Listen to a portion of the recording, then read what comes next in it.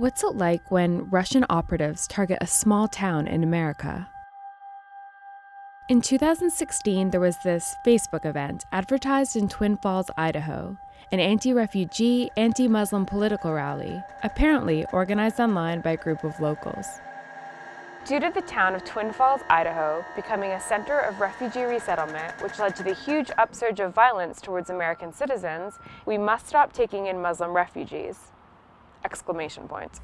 Only recently, Facebook revealed that the event actually came from a fake account with ties to the Kremlin. Twin Falls, Idaho. Population 45,000. A town of dairy farms and cornfields, known for its falls, and now it's fake news.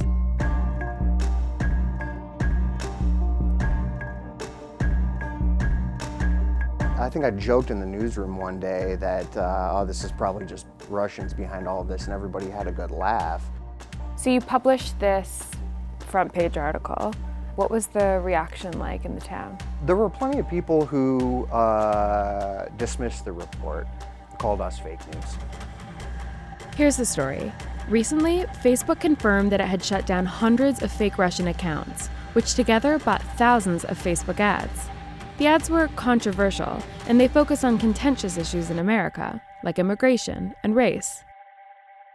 One of the pages, and the only one that's confirmed so far publicly, was an anti-refugee rally that was supposed to be held in Twin Falls. The Twin Falls group seemed to target people like Rick Martin, who runs a local group that's trying to end refugee resettlement. And when did anti-refugee politics become your thing? During the Obama administration, I felt that it was deliberately being used to change the demographics of America. Do you believe that it was part of an Obama administration strategy to increase the number of Muslims in America? I believe his father had some type of Islamic background. Barack Obama's not a Muslim. I'm not saying he's a Muslim, but I believe that he favored bringing more Muslims here to make it more of an Islamic country. Terrorists could use the program to come here and cause havoc someday. Even though you've admitted that's a complete hypothetical, it hasn't happened. You know, there's other instances, and we could sit here and argue about it. What are the other instances? I'm not going to be able to give them to you right now. The Facebook group, Secured Borders, this is the one that's alleged to be organized out of Russia. Do you believe the news reported by outlets like the Daily Beast and the New York Times that Russia was using social media to interfere politically in Twin Falls? Do you believe it? I really don't believe the Russians had any legal involvement. I mean, they have RT, a network, which I'm sure you're familiar with. I do go online and watch RT occasionally. You know, it's like a Russian government-backed news organization. Yes, it is. It's funded and backed by the Russian government, yes. So I watch networks that report, you know, kind of my worldview.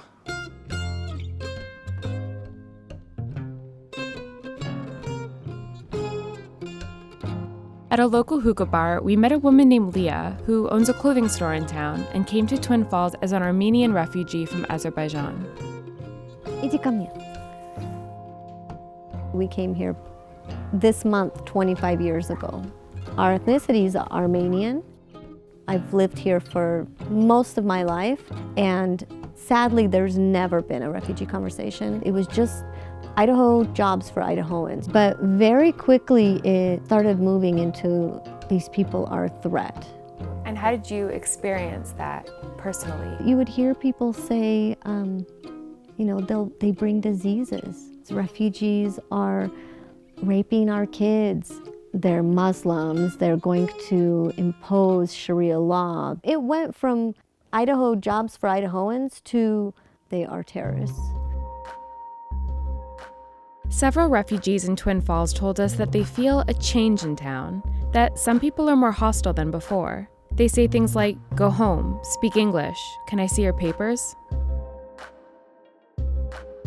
We are here to meet the mayor of Twin Falls to talk about what it feels like to be at the center of an international fake news storm. The refugee resettlement program just sort of has always been.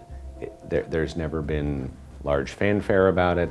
So when did that change? Part of that started with the initial conversations about 10,000 Syrian refugees are coming to Twin Falls. So people in Twin Falls thought that all of the refugees coming to America were somehow going to be coming here. Right. I read it on the internet, so I know it's true. And just to clarify, in the last few years, how many Syrian refugees have come to Twin Falls? So we have not resettled any Syrian refugees, to the best of my knowledge, through the program. Anti-refugee activists started showing up to town hall meetings. There weren't that many of them, but they were noisy, and they were heard by certain news sites with ties to the alt-right and the far-right. And then, in the summer of 2016, a local tragedy. What we reported was that a sexual assault occurred in the laundry facilities of an apartment complex in town here. The victim was a 5-year-old girl, and the perpetrators were 3 boys. I think at the time they ranged in age from 7 to 14. These 3 boys weren't white. Later, officials confirmed that a sexual assault did take place, something that was serious but not rape. The boys were sentenced. But online, the story took a new form. The facts shifted. In this new version, a gang of Syrian refugee men raped a little girl at knife point. Websites tied to the far right started pumping out articles about Twin Falls. And that's really what fueled a lot of the movement against refugee resettlement. Breitbart, the right-wing news outlet run by Steve Bannon, a former Trump advisor, dispatched a reporter to Twin Falls. They literally had a reporter who lived here for several weeks over the summer. Most of the coverage that we saw contained some bits and pieces of facts, and then a timeline filled in with other information. So we were just driving by and saw a big cardboard cutout of Donald Trump in the window of this used car lot. And we've stopped to talk to the owner about his politics. We moved here to Twin in 2013. Originally, when I was 5 years old, my parents and I immigrated from Hong Kong, China in 1965, legally. Right, okay. And what made you realize that Trump was your candidate? I felt the sense that Donald was truly an American patriot. They were looking out the best interest for America. You're talking about Muslim refugees because of the association with ISIS. They need to be checked out and vetted. Yeah. Excuse me. Been approached by NBC here, a news group, interviewing me because of my Trump sign. So I'm here. Well, it looks like I sold the Jeep. They wanted 600 million, all of them come in. Give them welfare, and we as hardworking Americans, we don't even get free medical, they do. I don't think Sharia law belongs in America. Sharia law is their religion, their way of life. You're women, aren't you? You want Sharia law? Sharia law says women have no rights. Well, I just you don't. can't even drive. I mean, you can't even wear long hair. I guess I don't even see that. That's not a risk. You're not. That's what I'm risk. saying. I'm just saying. I'm not saying Twin Falls. I'm just saying Sharia law has been brought into the media agenda. My contact information got put on a white supremacist website. Somebody threatened to take my kids and do to them what had been done to that girl in the laundry room.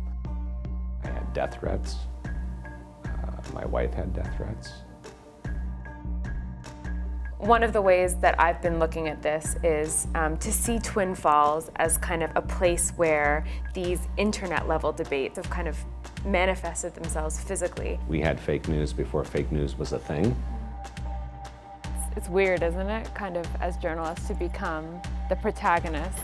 Yeah, absolutely. It's a very strange place to be, a very strange place.